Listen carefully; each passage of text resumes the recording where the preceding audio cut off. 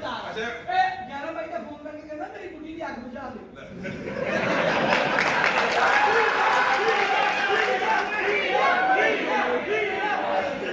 ਸੱਚੀ ਮੁੱਚੀ ਉਹਨਾਂ ਚਾਰ ਜਣਾਂ ਨੇ ਕੋਸ਼ਿਸ਼ ਕੀਤੀ ਜਾਣ ਲੱਗਾ ਫੇਰ ਕਹੇ ਕਹਿੰਦਾ ਫਿਰਨੇ ਨਹੀਂ ਪੁੱਛਦੀ ਇਹ ਦੋ ਲੱਖੀ ਅੱਗ ਆ ਇਹੋ ਜਿਹੇ ਬੰਦੇ ਭੈਣ ਦਾ ਵਿਆਹ ਨਹੀਂ ਕਰਦੇ ਉਹਨੂੰ ਆਂਡੇ ਖਵਾਈ ਜਾਂਦੇ ਵੀ ਗਰਮ ਹੋ ਗਿਆ ਆਪੇ ਨਿਕਲ ਜਾਏ ਆਪਣੀ ਬੁੱਢੀ ਨੂੰ ਕਹਿੰਦਾ ਆਪਣੀ ਬੁੱਢੀ ਆਪਣੀ ਬੁੱਢੀ ਨੂੰ ਕਹਿੰਦਾ ਲੈਣਾ ਨਾ ਬੰਦਿਆਂ ਵਾਂਗੂ ਤੁਰਿਆ ਕਰ ਉਹਨੇ ਕਮੀਜ਼ ਲਾ ਕੇ ਮੋਢੇ ਲਾ ਲਈ ਕਹਿੰਦੀ ਚੱਲ ਪੀਨੇ ਸੱਚੀ ਮੁੱਚੀ ਸਭ ਪਿਛਲੇ ਸਰਕੇ ਦੀ ਸਾਡਾ ਡਰਾਮਾ ਕਰਨੀ ਆਏ ਤੇ ਮੈਨੂੰ ਕਹਿੰਦਾ ਯਾਰ ਧੁੰਦਾ ਪੈ ਗਿਆ ਮੈਂ ਹੁਣ ਲੋਕ ਪੈਦਲ ਜਾਣਾ ਤੇ ਪੈਦਲ ਤੁਰ ਪਿਆ ਸ਼ਾਮ ਨੂੰ ਗਿਆ ਨੂੰ ਠੰਡ ਲੱਗੀ ਚਾਦਰ ਦੀ ਮੁਕਲ ਮਾਰੀ ਨੂੰ ਇੱਧਰ ਹੋਇਆ ਚਲੋ ਫਿਰ ਮੈਂ ਸਲਾਮਤ ਇਹਦੇ ਬੂਹੇ ਤੇ ਫਕੀਰ ਆ ਕਹਿੰਦਾ ਕੁਝ ਦਿਓ ਆਪਣੀ ਬੁੱਢੀ ਨੂੰ ਕਹਿੰਦੇ ਜਾ ਦੇ ਜਾ ਕੇ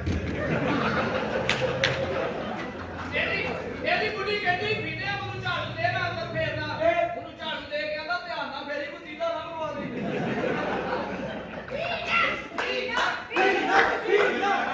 ਇਹ ਕਿੰਨੀ ਸ਼ੋਹੀ ਹੋਈ ਇਹੋ ਜਿਹੇ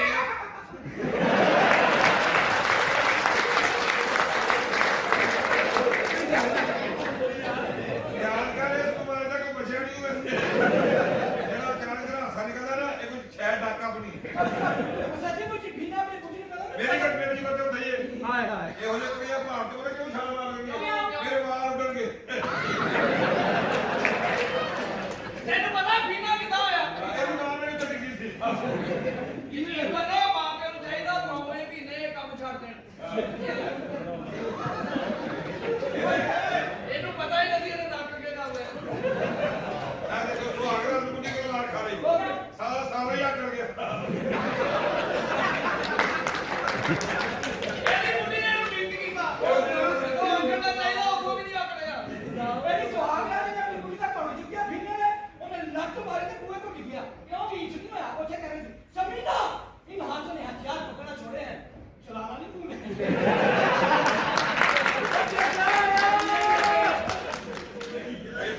ਪੇਪਰ ਦੇਣਾ ਸਾਡੀ ਹੁਣ ਆ ਜਾ ਰਜਿਸਟਰ ਵਗੈਰਾ ਦਾ ਕੀ ਬਾਤ ਹੈ ਹੈਲੋ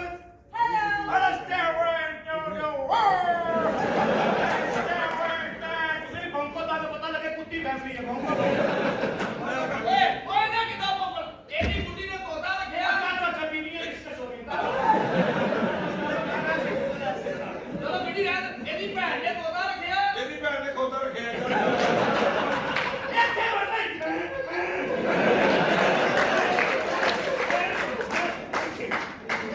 ਆ ਖੋਤਾ ਨੇ ਕੁੱਕੜ ਹੁੰਦਾ ਹੈ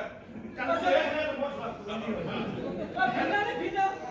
फिरने के नाल दे घर बच्चे दी सुनता हो रही है उन्होंने बुआ खड़का के खाना जी खाना पीने तो नहीं अब कहता मैं नफ्सी कीमा खाना चाहता ਉਹ ਬੰਦਾ ਸਾਰਾ ਛੋਟਾ ਜਿਹਾ ਪੇਪਰ ਦੇ ਕੇ ਤਾਂ ਪਾਸੇ ਕਰੇ ਖਾਲੀ ਜਗ੍ਹਾ ਕੋਲ ਕਰਦੇ ਪਿੱਛੇ ਉਹ ਲੈ ਉਹਦਾ ਮਾਸਟਰ ਬੜਾ ਸ਼ੌਕ ਸੀ ਕਹਿੰਦਾ ਹਾਲੀ ਕੋਲ ਨਹੀਂ ਹੋ ਰਹੀ ਇਹ ਦੇਖੋ ਕਾਲਾ ਕਿੱਡਾ ਵਾ ਓਏ ਹਾਲੀ ਤਾਂ ਮੈਂ ਓਰੀਜਨਲ ਪਾਣਾ ਵੇਖੇਗਾ ਤੇਰਾ ਮੂੰਹ ਤੋਂ ਲੀਕਵਰ ਆ ਜਾਏਗਾ ਇਹਦਾ ਕਾਲਾ ਇਹ ਬਾਹਰ ਬੱਚਾ ਜਿਹੜਾ 9ਵੇਂ ਮਹੀਨੇ ਵੀ ਅਲਟਰਾਸਾਊਂਡ ਨਹੀਂ ਆਇਆ ਅੱਜ ਹੀ ਮੇਰੇ ਤੇ ਘਰ ਹੀ ਆਇਆ ਜਦੋਂ ਇਹ ਆਸਫ ਸਾਹਿਬ ਨੇ ਬੜੇ ਤੇਜ਼ ਨੇ ਇਹਨਾਂ ਤੋਂ ਬਚਿਆ ਕਰੋ ਆ ਪਹਿਲੇ ਬੜਾ ਸੋਹਣਾ ਹੁੰਦਾ ਸੀ ਹਾਂਜੀ ਉਹਦੇ ਕੋਲ ਫਾਈਨਲ ਸੈੱਟ ਹੁੰਦਾ ਸੀ ਕਿ ਮਰੀਜ਼ ਕਰਨੇ ਤੋਂ ਸਿਸਟਮ ਪੇਸ਼ ਕਰਦੇ ਸੋਹਣਾ ਹੈ ਹੀ ਨਹੀਂ ਫੈਨ ਕਿਉਂ ਪੇਸ਼ ਕਰਦੇ ਪੁਰਾਣੀ ਗੱਲ ਕਰ ਰਿਹਾ ਪਹਿਲੇ ਬੜਾ ਸੋਹਣਾ ਹੁੰਦਾ ਸੀ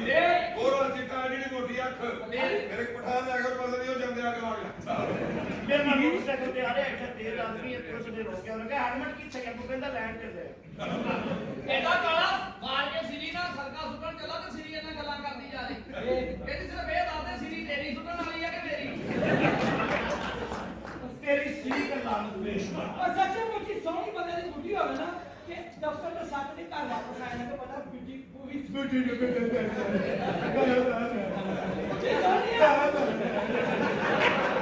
ਮੈਂ ਇਸ ਵਾਸਤੇ ਲੰਮੀ ਗੱਲ ਨਹੀਂ ਕਰਦਾ ਬੈਠ ਨਹੀਂ सोनी बुढ़ी होवे बंदा दफ्तर के साथ में वापस आने के बीवी सोनी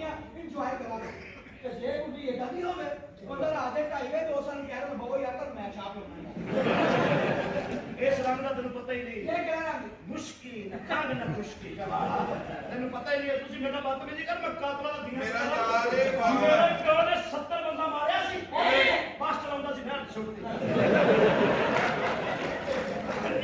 ਉਹ ਬੱਸ ਦੇ ਮਾਲਕ ਨੂੰ ਵੀ ਫਾਂਸੀ ਹੋ ਗਈ, ਉਹਦਾ ਪਾਰਟਨਰ ਸੀ ਉਹਨੂੰ ਵੀ ਫਾਂਸੀ ਹੋ ਗਈ,